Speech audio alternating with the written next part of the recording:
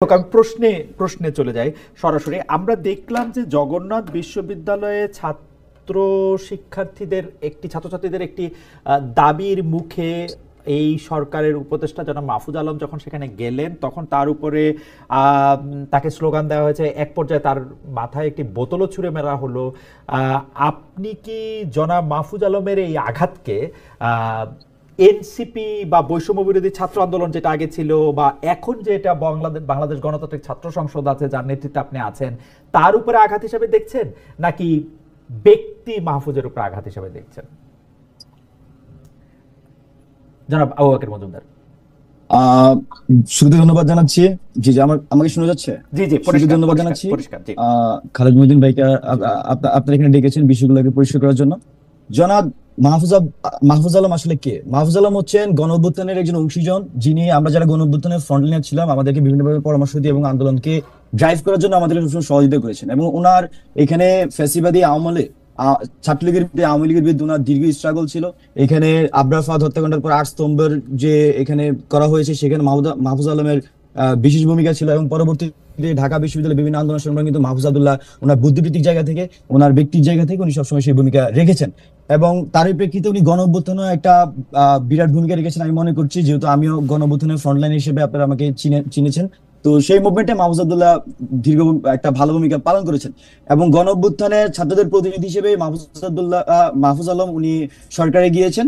তো আমরা মনে করছি যে এই যে মাহফুজ আলমের উপর আঘাত, এটা আসলে গণ অভ্যুত্থানের যারা অংশীজন তাদের উপরে আমরা আঘাত হিসেবে মনে করছি। এখানে আসলে এককভাবে এনসিপি অথবা আমাদের যে ছাত্র সংগঠনের উপর আঘাত এরকম না বিষয়টা আর কি। জনাব আবু বকর মজুমদার, আপনি যদি তাকে বলেন যে গণ আন্দোলনে যারা আপনারা অংশীজন আছেন বা গণ অভ্যুত্থানে আপনারা যারা অংশীজন আছেন তাদের উপরে আঘাত বলে আপনি এটা মনে করছেন, সেক্ষেত্রে আপনাদের প্রতিপক্ষ আসলে কারা?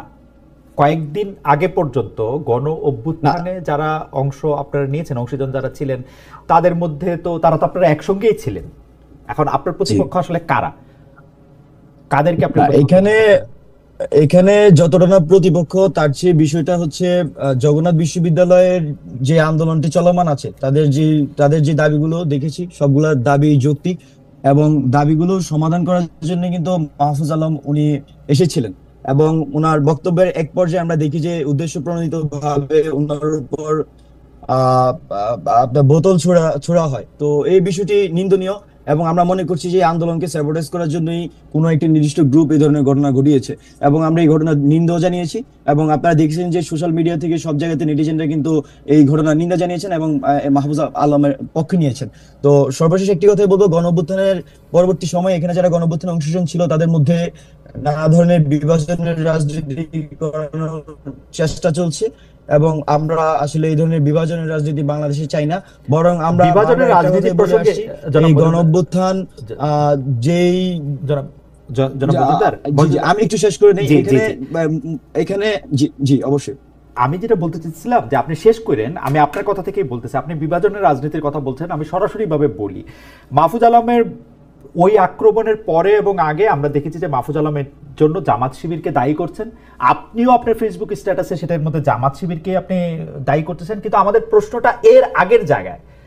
আমরা কিন্তু দেখছি যে বিভাজনের রাজনীতি একটা শুরু হচ্ছে সরকার কর্তৃক এক ধরনের পেট্রোনাইজেশনের মাধ্যমে। যেমন জগন্নাথ বিশ্ববিদ্যালয়ের দাবি যদি যৌক্তিক হয়, সেখানে মাহফুজ আলমের যাওয়ার দরকারটা কি আসলে? আবার জগন্নাথ বিশ্ববিদ্যালয়ের ছাত্রছাত্রীদেরকে পুলিশ ধাওয়া দিয়ে, পুলিশের প্রশাসনকে ব্যবহার করে তাদেরকে একটা কর্নার করারই বা দরকার কি ছিল? সিমিলার অ্যাকশনে যখন আপনি থাকেন জনাব বাকের মজুমদার, যখন এনসিপির হাসনাত আব্দুল্লাহ থাকেন, তখন কিন্তু আমরা পুলিশকে এই অ্যাকশনে যাইতে দেখি না। যখন নাহিদ থাকেন তখন কিন্তু এই অ্যাকশনে যাইতে দেখি না। আমি একটু জি, আপনি যদি একটু পরিষ্কার করেন। আমি একটু ক্লিয়ার করি, আমি কোথাও বলিনি যে আপনার এই বিশেষ সাথে মাহফুজ আলমের হামলার সাথে হচ্ছে যে শিবির জড়িত, এরকম কোথাও আমি বলিনি। আমি যেটা বলেছি, এখানে জগন্নাথ বিশ্ববিদ্যালয়ের একজন শিক্ষার্থী যিনি ওই আন্দোলনে সরাসরি অংশগ্রহণ করেছেন, তিনি একটা স্ট্যাটাস দিয়েছেন। সেই স্ট্যাটাসে তিনি বলেছেন যে ওনার কমেন্ট উনি বলেছেন গুপ্তদের কথা বলেছেন। তো আমিও গুপ্ত রেফারেন্সে, ওনার রেফারেন্সে আমি গুপ্ত বলেছি। এখন যদি কেউ গুপ্ত হিসেবে নিজেকে ধরে নেয়, এটা আসলে আমি মনে করছি যে এটা রাজনৈতিকভাবে ঠিক না। আর দ্বিতীয়ত হচ্ছে যে কারাগুপ্ত সেই বিষয়টা আমি ধরেন যে আমাকে সোশ্যাল মিডিয়াতে আমি যখন লাস্ট কয়েকদিন ধরে এখানে আওয়ামী লীগ নিষিদ্ধের ইস্যুর পরে কথা বলছি, সেখানে আমাকে বিভিন্নভাবে আমার বিরুদ্ধে অপপ্রচার ছড়ানো হচ্ছে, আমার সোশ্যাল মিডিয়াতে এসে বিভিন্নভাবে কমেন্ট করা হচ্ছে, আমাকে সোশ্যাল মিডিয়াতে এসে হত্যার হুমকি দেওয়া হচ্ছে এবং আমাকে দেখে নেওয়া হবে, বিভিন্ন গালি, এত বাজে ভাষার গালি যেটা আমি উচ্চারণ করতে পারছি না, এরকম গালিগালাজ করা হচ্ছে। তো কারা এই ধরনের রাজনীতি করছে, কারা গুপ্ত রাজনীতি করছে, তারা সেটা নির্ধারণ করুক। কিন্তু আমার এখানে খুব স্পষ্টভাবে বলেছি যে ওই যে স্ট্যাটাস যিনি দিয়েছিলেন তার বরাত দিয়ে আমি বলেছি যে এখানে গুপ্তরা এটার সাথে জড়িত কিনা, আমি সেই প্রশ্নটা রেখেছিলাম। আর দ্বিতীয়ত আরেকটা যেটা আপনি বলেছেন যে জগন্নাথ বিশ্ববিদ্যালয়ের শিক্ষার্থীদের সেখানে মাহফুজ আলম কেন গিয়েছেন, এটা আমি মনে করছি যে আমার সাথে জনাব মাহফুজ আলম উনি সবচেয়ে ভালো ব্যাখ্যা দিতে পারবেন। তবে আমরা দেখেছি বিভিন্ন সময় এখানে যখনই ছাত্ররা বিভিন্ন দাবি দাওয়া নিয়ে সরকারের কাছে যায় বা প্রশাসনের কাছে যায়, সেখানে আমরা দেখি যে ছাত্র উপদেষ্টা যারা আছেন তাদের কাছে আমাদের সবসময় বেশি আকাঙ্ক্ষা থাকে, আমরা আশা করি যে তারা আমাদের সমস্যাটা সমাধান করবেন। আপনারা ইতিমধ্যে দেখবেন যে বিভিন্ন, যেমন এই যে পিএসসি সংস্কার আন্দোলনের মধ্যে আমাদের ঢাকা বিশ্ববিদ্যালয় সহ যারা শিক্ষিতকে পড়ছে না।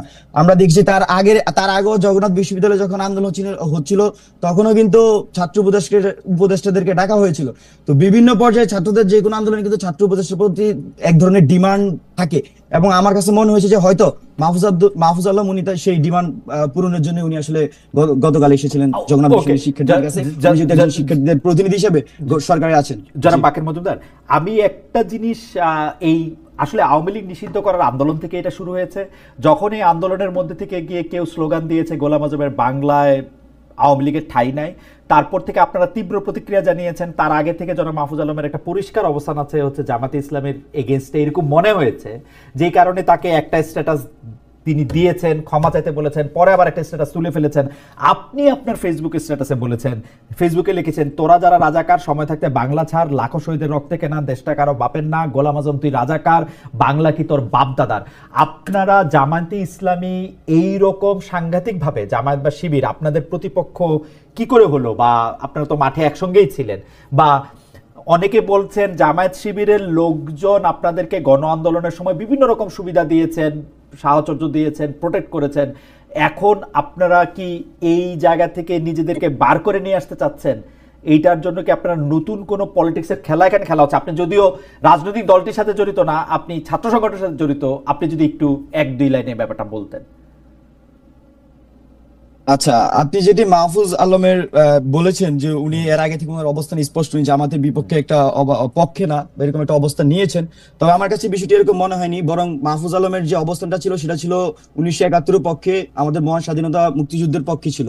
তো মাহফুজ আলমের এটাকে হচ্ছে বিভিন্নভাবে জামাত বিরোধী দেখানো হচ্ছে, বরং আমার কাছে মনে হয়েছে যে মাহফুজ আলম উনি এর চেয়ে যতটা না জামাত বিরোধী অবস্থান নিয়েছেন তার চেয়ে বেশি উনি মুক্তিযুদ্ধের পক্ষে একটা অবস্থান নিয়েছেন এবং 24-এর পক্ষে একটা অবস্থান নিয়েছেন। আর আরেকটা বিষয় যেটা বললেন যে আওয়ামী লীগ নিষিদ্ধের যে আন্দোলন, সেখানে স্লোগানকে কেন্দ্র করে আওয়ামী লীগ, মানে এখানে কি হয়েছিল, গণ অভ্যুত্থানের মধ্যে যখন আওয়ামী লীগ গণহত্যা চালিয়েছে তখন গণ অভ্যুত্থানের এটা অর্গানিক দাবি হিসেবে ছিল যে আওয়ামী লীগে আসলে এখানে কিভাবে রাজনীতি হবে, এবং গণ অভ্যুত্থানে যারা ছিল তারাই কিন্তু আওয়ামী লীগ নিষিদ্ধের দাবিটা বিভিন্নভাবে উঠিয়েছিল। কিন্তু আমরা দেখেছি গণ অভ্যুত্থান পরবর্তী সময়ে এখানকার যারা সরকার, যে অন্তর্বর্তীকালীন সরকার গঠন হয়েছিল এবং যারা এক্সিস্টিং রাজনৈতিক দলগুলো ছিল, তারা কিন্তু কিভাবে আওয়ামী লীগের রাজনীতি বন্ধ করবে বা যারা এখানে খুনের সাথে জড়িত তাদের কিভাবে শাস্তি করবে তার কোনো সুনির্দিষ্ট রোডম্যাপ দিতে পারেনি। ফলত আমরা দেখেছি দীর্ঘ 9 মাস বিভিন্ন অব্যবস্থাপনা এখানে তৈরি হয়েছে। আমরা দেখেছি আওয়ামী লীগ মিছিল করছে, কিন্তু তাকে ধরার জন্য কোনো ধরনের কোনো আইনি ভিত্তি ছিল না। তো এখানে সর্বশেষ এখানে এনসিপির মুখ্য সংগঠক দক্ষিণাঞ্চলের হাসনাত আব্দুল্লাহ উনি যখন আওয়ামী লীগ নিষিদ্ধের ডাক দেন এবং সর্বস্তরের ছাত্র জনতা কিন্তু সেখানে উপস্থিত হয়, এবং আমরা দেখেছি সেই শান্তিপূর্ণ আন্দোলন ভালোভাবে চলছিল এবং আওয়ামী লীগ নিষিদ্ধের জন্য মানুষ কিন্তু তাদের দাবি দেওয়া থেকে শুরু করে এখানে যে ধরনের পোর্ট্রেট দরকার সব করছিল। কিন্তু আমরা দেখি যে এক পর্যায়ে এখানে এই আন্দোলনকে স্যাবোটেজ করার জন্য এখানে দলীয় স্লোগান ব্যবহার করা হয়। এখানে আপনি যে স্লোগানের কথা উল্লেখ করেছেন যে গোলাম আজমের বাংলায় আওয়ামী লীগের ঠাঁই নেই, এরকম একটা স্লোগান দেওয়া হয়, এবং সেখানে আমরা দেখি যে শিবিরের যে সাংগঠনিক একটি গান সেটাও গাওয়া হয়। তো এটা যখন একটা গণমানুষের আন্দোলন এবং এখানে সর্বস্তরের মানুষজন অংশগ্রহণ করছে, বিভিন্ন দলমতের মানুষজন অংশগ্রহণ করছে, আমরা আমার ব্যক্তিগতভাবে বা আমার সংগঠনে আমাদের মনে হয়েছে এই আন্দোলনটাকে ভিন্ন রূপ দেওয়ার জন্য আসলে এই ধরনের অবস্থা তৈরি করা হয়েছিল, এবং পরবর্তীতে আমরা তার গঠনমূলক আমরা নিন্দা জানিয়েছি, আমরা আমাদের মতো করে সেটা ব্যাখ্যা দেওয়ার চেষ্টা করেছি। জনাব বাকের মজুমদার, আপনাকে ধন্যবাদ। আমি একটু জনাব নাসিরউদ্দিনের কাছে যাই। জনাব নাসিরউদ্দিন, আপনি বয়সে তরুণ, এবং কিন্তু আমি আপনাকে অনেকদিন ধরে জানি বা বেশ কিছুদিন ধরে জানি, অনেকদিন ধরে আপনি আসলে বাংলাদেশের রাজনীতিকে পর্যবেক্ষণ করেন, বাংলাদেশের রাজনীতিকে বিশ্লেষণ করতে চেষ্টা করেন। সেই হিসাবে আমি আপনার কাছে একটু জানতে চাই যে আজকে জামায়াতকে, আপনাদের প্রতিপক্ষ হচ্ছে জামায়াত শিবিরকে নিয়ে আপনারা অনেক ধরনের কথা বলছেন সারাক্ষণ, মানে অফলাইনে অনলাইনে সারাক্ষণই আমরা এটা দেখতে পাচ্ছি। কিন্তু আজকে জামায়াতের যে অবস্থান বা জামায়াতের যে আপনাদের মুখোমুখি অবস্থান, জামায়াতের যে শক্তিশালী অবস্থান যদি হয়, সেটার জন্য কি বিএনপিরই তো কৃতিত্ব বা দাবি করা উচিত?